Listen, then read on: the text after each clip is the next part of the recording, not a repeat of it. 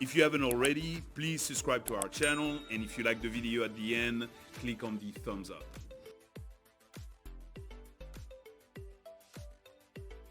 Hello everyone, and welcome to Crypto Night, the crypto investor channel. I'm Boris, so let's dive in. How you doing, Colton? I'm doing great, Boris. How are you doing today? I'm good. Today we're talking about XRP. Some things have been coming out. Some things were expected, some were not. And what does it all mean for XRP, you know, on the Ripple case versus the SEC? So Friday last week, the judge, Alicia Torres, actually ruled in favor of Ripple for the fair notice defense, which was the most critical part of everything, because if the SEC had been granted the motion to strike the fair notice defense, that means Ripple couldn't say like, hey, listen, it's not fair you telling us, you know, you didn't give us fair notice enough time in advance to tell us that we were selling, you know, a security, you know, because you took 8 years to tell us that, to slap a lawsuit on us, telling us it's a security. So the fact that she granted that makes it extremely positive for Ripple, because now they're going to be able to argue the case in the sense of, hey, we didn't get fair notice, so it's not our fault.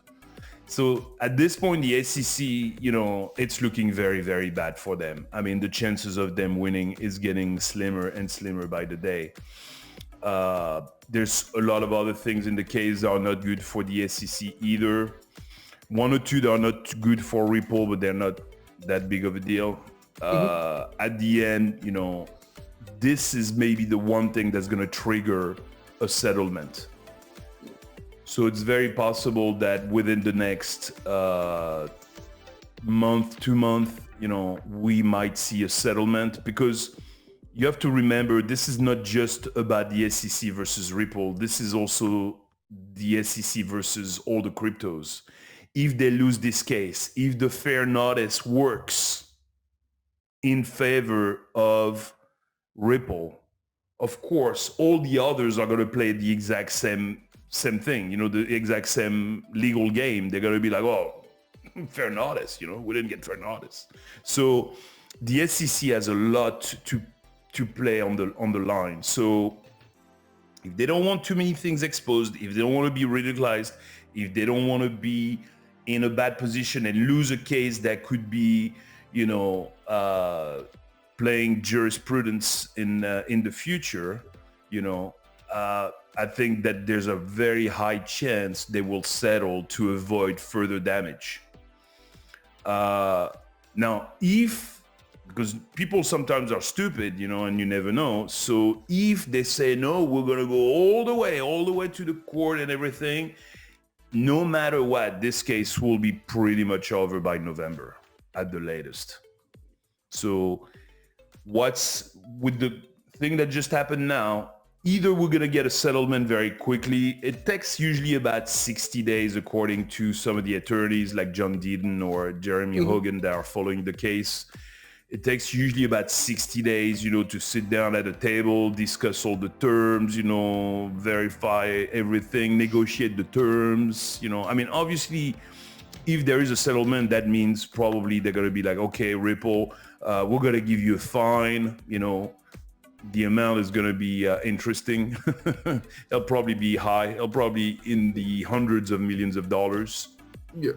But it'll be like, okay, we're gonna give you a fine, and then, you know, Ripple is probably gonna be like, okay, but only at the condition that we get full everything about us, you saying we're not a security, basically, that we are a currency, you know. And that's the only way it's gonna work, is if Ripple get what they want and the SEC gets what they want.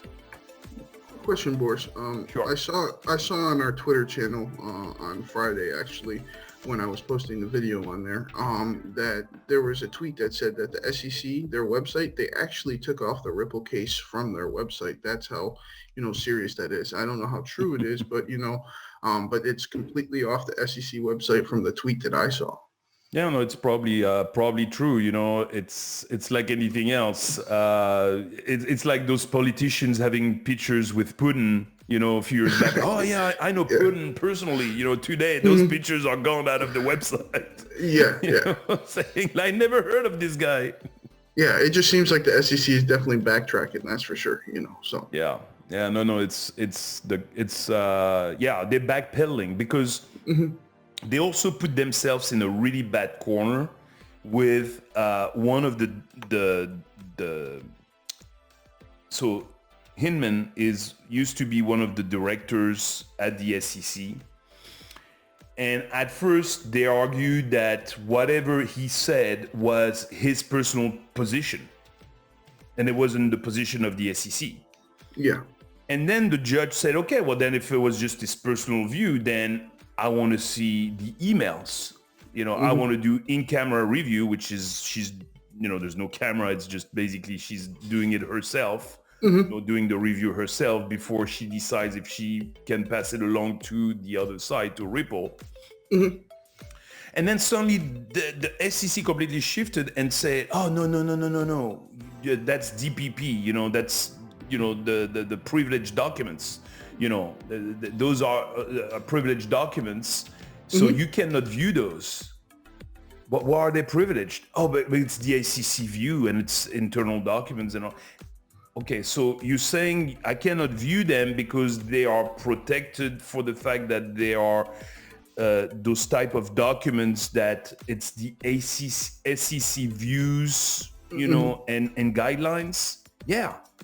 But wait, you just said the other day that it was his personal view and it couldn't be considered. And you see, they basically backed themselves into a corner.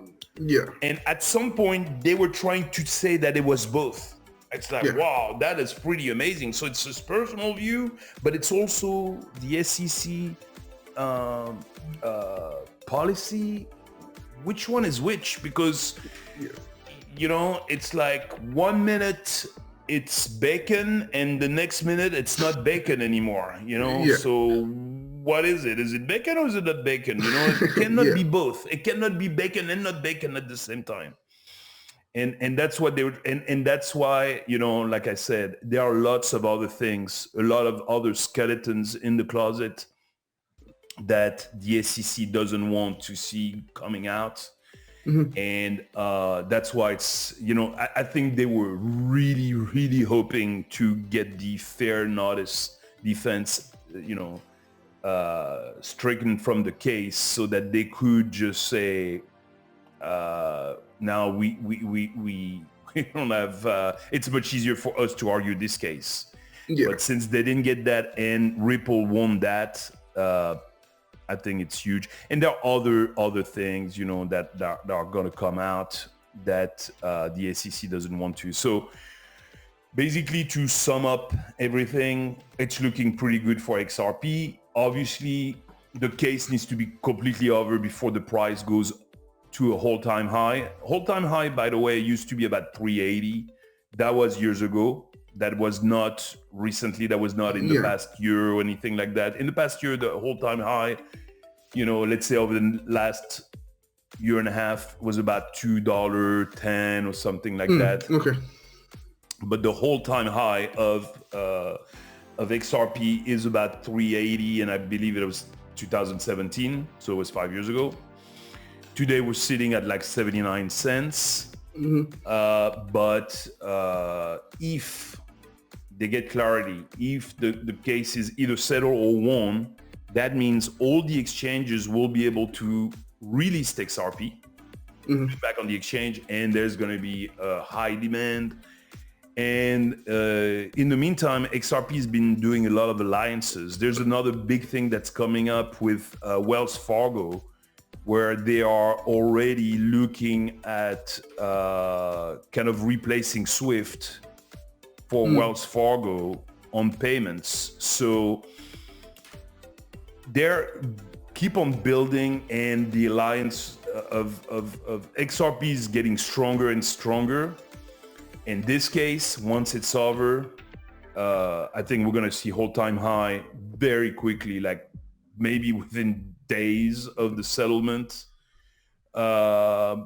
And then we're going to see probably the thing go up, $5 to $10. Now, you see some really crazy prediction out there where XRP at $10,000, like whatever. Even XRP at $600 or $589, all those prices are pure fantasy. Yeah, it makes no sense.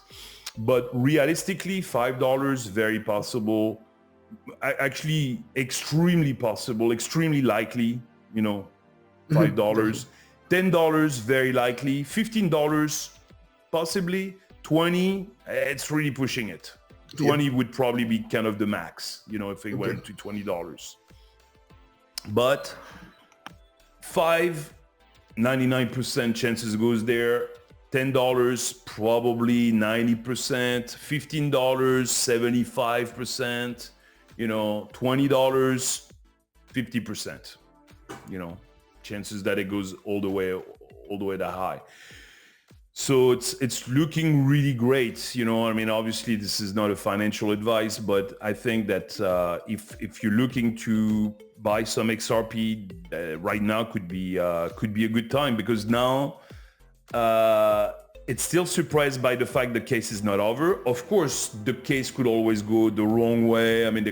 Anything is always possible, but it's looking extremely good for Ripple at this point, and the SEC is backed into a corner. I don't see how they're gonna get out of it. So I'm picking up a little more, not a whole lot, because I already have quite a bit of XRP, but I bought actually a few more just 2 days ago. I bought a few, so because at this point I feel like those are pretty safe to buy. And at 79 cents, it's still a good price. So yes, sir, definitely. Any questions? Anything else? From my side, my one question is if there's a settlement, Boris, or if they win the court case, how fast do you think the exchanges are going to get XRP, on there? Is it going to be an relisted thing? Oh, yeah. It's going to be almost immediate. I wouldn't be surprised that it's either same day or within a day or two of the case being settled, or won, whichever. Yep. Because it's, first of all, they know the demand is going to be very high. Everybody's going to want to buy it before it goes through the roof.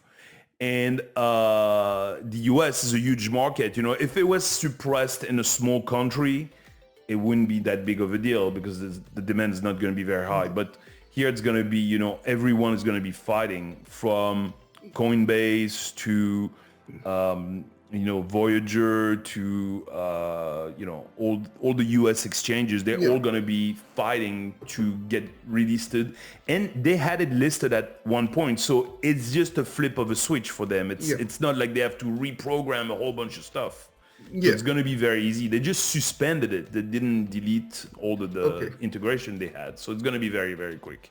Okay, that makes sense. Yes, sir. All right, very good. Well, thank you, Colton. Thank you, everyone. We'll look forward to see you on the next video of Crypto Night. Thank you. Bye-bye. I hope this video helps. Thank you for watching. Have a good day. If you haven't already, please subscribe to our channel. And if you like the video at the end, click on the thumbs up.